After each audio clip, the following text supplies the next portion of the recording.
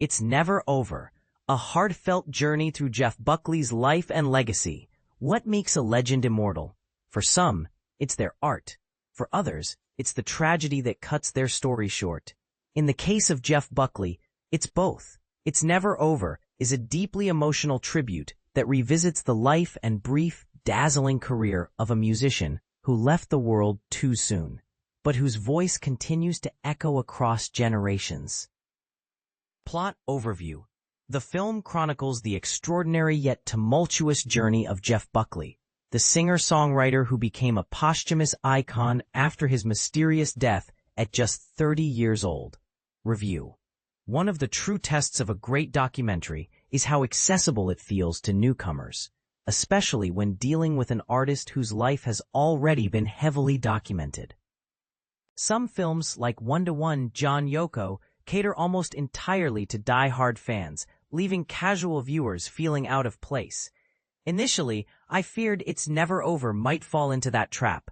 My own familiarity with Buckley was limited, mostly his haunting cover of Hallelujah and the knowledge that he passed away tragically young. But here's where director Amy Berg, west of Memphis, surprises us. She manages to strike the perfect balance, crafting a film that satisfies longtime Buckley admirers while welcoming those who barely know his name. It's not just a documentary, it's a guided invitation into a world of beauty, struggle, and genius. For those unfamiliar, Buckley emerged as one of the most promising voices of the mid-1990s. Critics compared his lyrical depth and vocal expressiveness to Bob Dylan. His debut album, Grace, gained moderate success in North America, but became a sensation in Europe.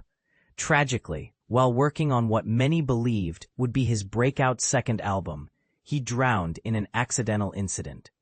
In the years following his death, Grace went platinum, and his rendition of Leonard Cohen's Hallelujah ascended to legendary status, often hailed as one of the most moving performances ever recorded. A deep dive into fame and fragility, Berg's direction shines in portraying Buckley's uneasy dance with fame. His record label envisioned him as the next global superstar, yet his debut didn't meet commercial expectations. What followed were grueling years of non-stop touring, pushing his emotional and mental limits. His personal life mirrored this turbulence. As the son of folk rock musician Tim Buckley, who died of a heroin overdose at just 28, Jeff faced impossible expectations. Fans expected him to carry his father's torch, while he struggled to forge his own identity and reconcile deep resentment toward a father who had abandoned him. Through heartfelt interviews with close friends, romantic partners, and most poignantly, his mother, Berg paints a vivid portrait of a sensitive artist constantly torn between personal authenticity and industry pressure.